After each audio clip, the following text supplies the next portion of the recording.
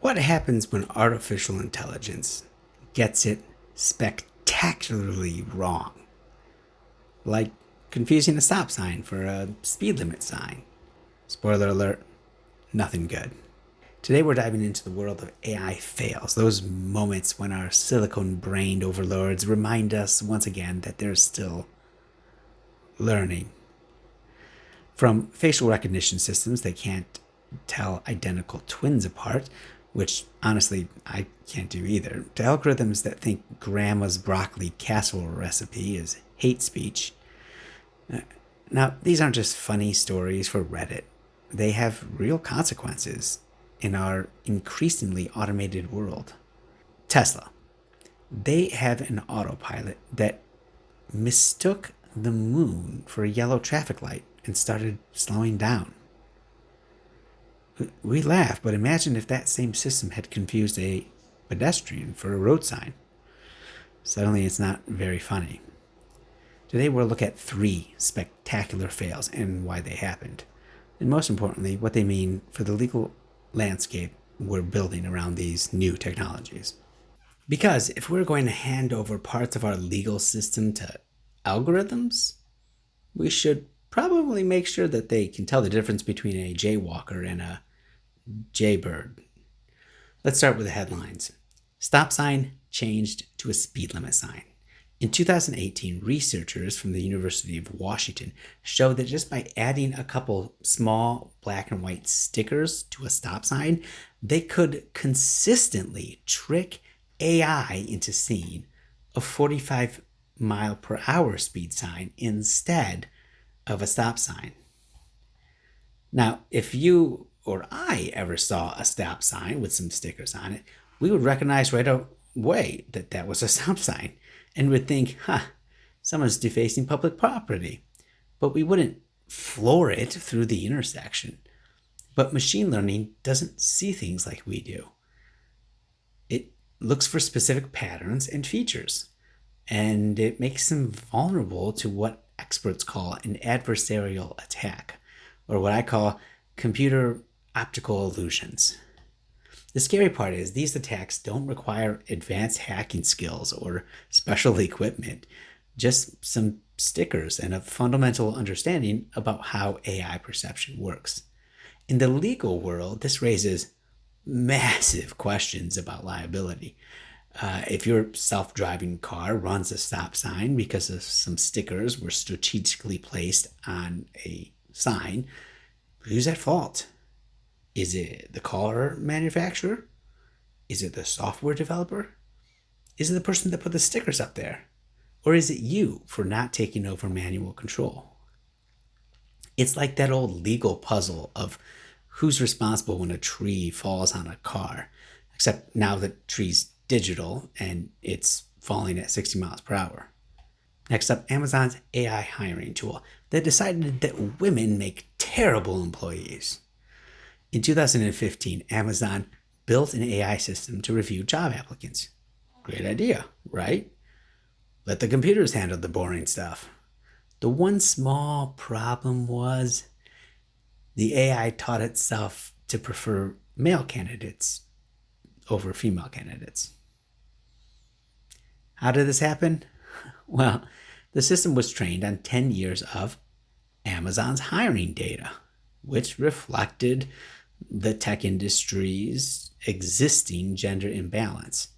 So AI essentially learned that successful hires in the past were mostly men, and therefore men must be better candidates.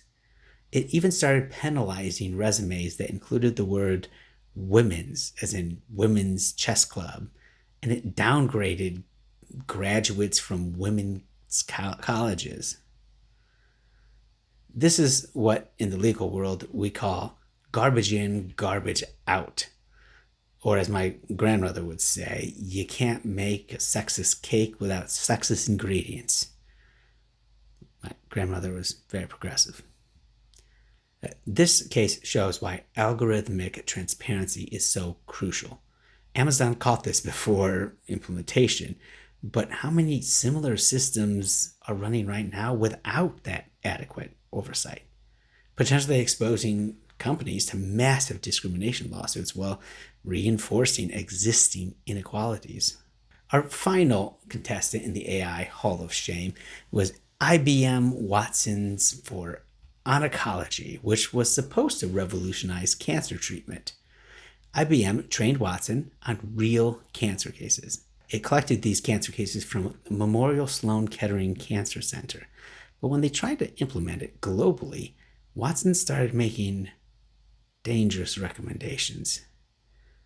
In one case, it suggested giving a cancer patient with a severe bleeding a medication that would increase the chances of hemorrhage, a recommendation that would have been fatal. What went wrong?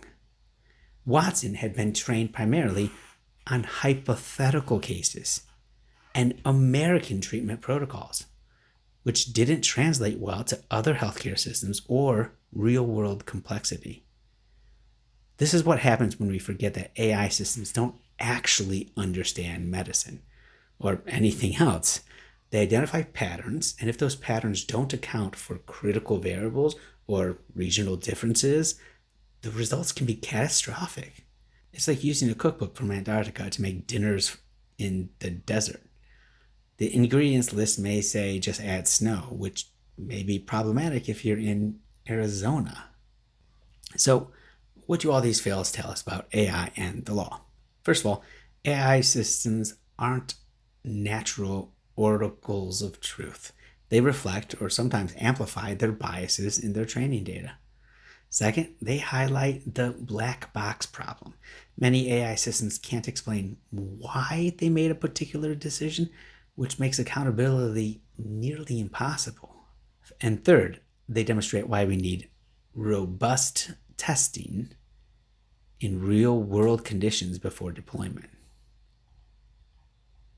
Our legal frameworks are still trying to catch up with these realities. The EU AI Act is trying to address some of these issues with risk-based classifications. Meanwhile, the US approach is more, say, freestyle, which is why we're increasingly seeing lawyers who specialize in AI liability and algorithmic discrimination. Who knew that did your self-driving car mistake a stroller for a shopping cart would become a legitimate legal practice area? So what can we do about these AI fails? If you're developing AI systems, well, find diverse training data, implement rigorous real-world testing, and build explainability into the models that you're building from the ground up. If you're implementing AI, understand its limitations. Keep human in the loop for those high-stake decisions and regularly audit for bias. And if you're just the average person navigating this brave new world, stay informed, ask questions, and remember that sometimes the smartest response to an AI recommendation is a healthy dose of criticism. Because as impressive as these systems are, they're still the kind of intelligence that might mistake a stop sign for a speed limit. And I don't know about you, but I'm not ready to hand over the keys just yet. If you found this helpful, hit subscribe for more legal tech breakdowns without the boring parts. I'm signing off, reminding you that justice may be blind, but algorithms shouldn't be.